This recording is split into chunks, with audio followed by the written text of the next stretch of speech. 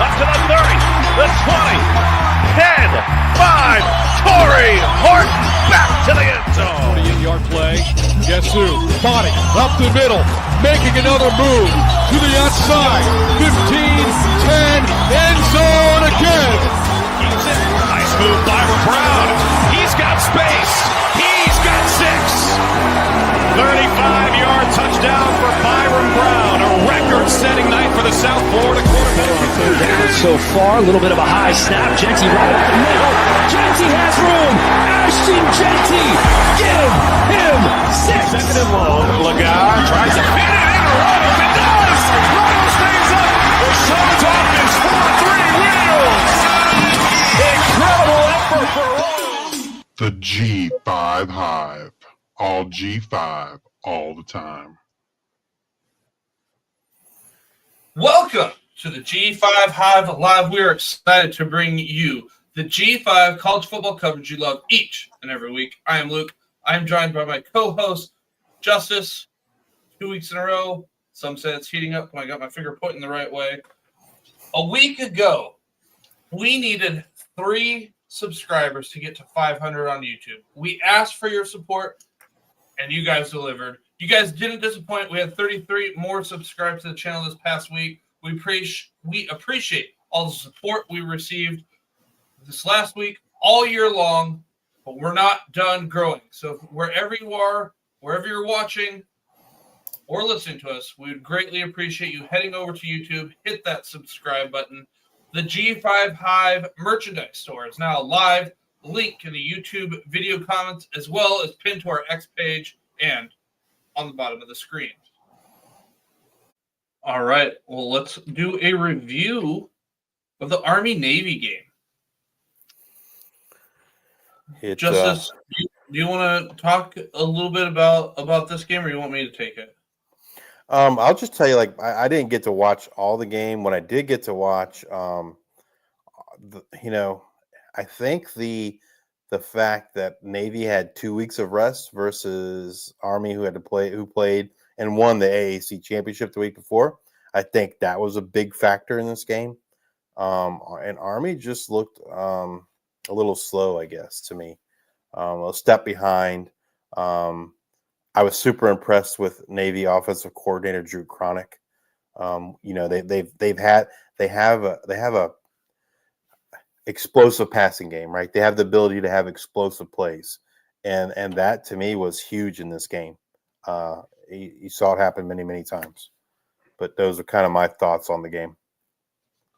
So Navy took the opening kickoff and drove 65 yards, reaching the end zone on a 1-yard run by Horvath.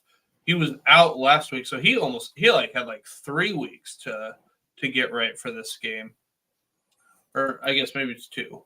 But then after a field goal is made, the score's 14-10.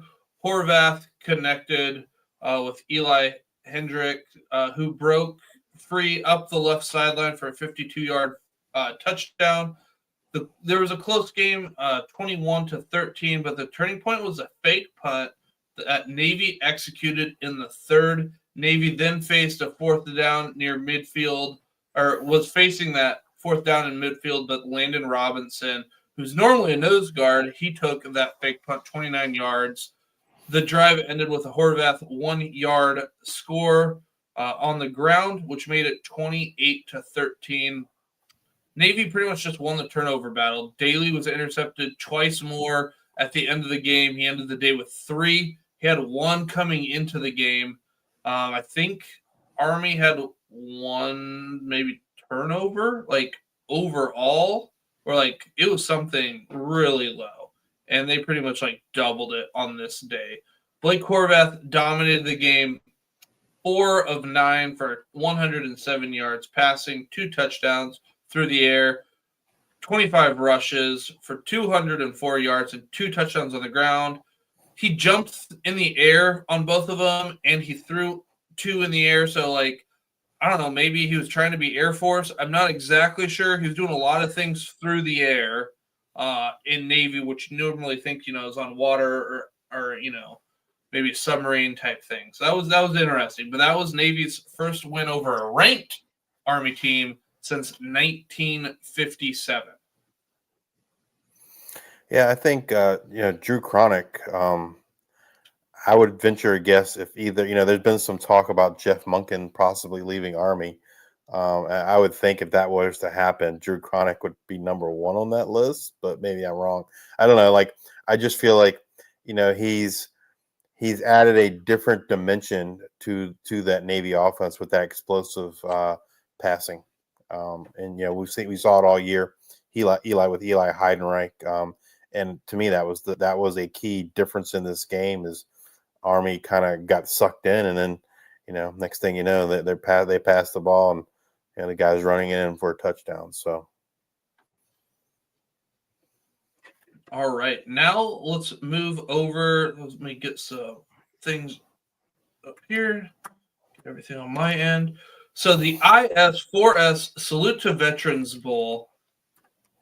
South Alabama versus Western Michigan. Western Michigan looked good the first, two series. Their first series, they had their way just running the ball. You got the scripted plays. They looked really good at the beginning.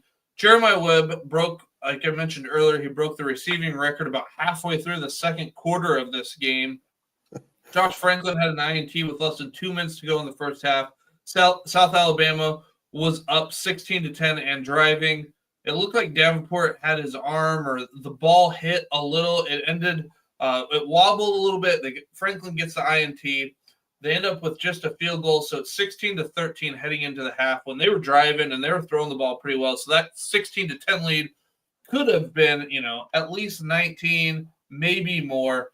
Again, it's 16-13 heading into half. Western Michigan gets the ball for the second half. They ate up a lot of time coming out of halftime, but then they had to punt. What does Bishop Davenport do with their first possession of the second half? Well, he takes an RPO, keeps it, runs it 50 yards to the house. They go up 10. Wolf throws a nice touchdown pass to Sabucci with about 6 minutes to go in the game to cut it back down to 3. With that catch, Sabucci goes over 1,000 yards for his career on the touchdown grab. Bullock ends the game with a great touchdown run with about 2:42 left in the game. It was for 22 yards, put him up over 100 yards rushing for the day. The Jags go back up 10, like I said, pretty much done. With a minute 11 left, Western Michigan hits a field goal. They cut it to 7. But ultimately, South Alabama gets the win. They had 534 yards of offense, which was a bowl record. And South Alabama wins, like I mentioned, 30-23. That is their second bowl win in a row for South Alabama. Yeah, one thing I would point out, because I had some folks ask me about it. Gio Lopez did not start in the game, but he announced last week he's returning to South Alabama. So it wasn't because he didn't play in the game because he was in the transfer portal. He didn't play in the game because of an injury. He's been battling a turf toe injury all season long. I don't know, was it like week 3 maybe or 4? I think it was early. It started early, and then Bishop Davenport came and played that game, and then he's been back. But he is turf toe injury. He's battling all year. Gio Lopez, like I said, he's announced he's returning for South Alabama in 2025. I was kind of surprised that he didn't play because, I know he's been battling, but it seemed like he was on his way to play. So it was kind of interesting that he didn't. Jamal Pritchett sat out getting ready for the draft. Yes. Right. That is our show tonight. Come back to join us next week as we discuss what happened in the G5 Bowl games, as well as look forward to our next set of G5 Bowl games. And as always, bring you up to date on all the latest news and happenings in the world of G5 college football. If you're watching us on X, please give us a retweet, a like, and a follow. If you're watching this on YouTube, please hit that like and subscribe button. And if you're listening to us on Apple Podcasts or Spotify, please subscribe and leave those 5-star ratings and reviews. Thank you all for your support. Until the next time, we are the G5 Hive.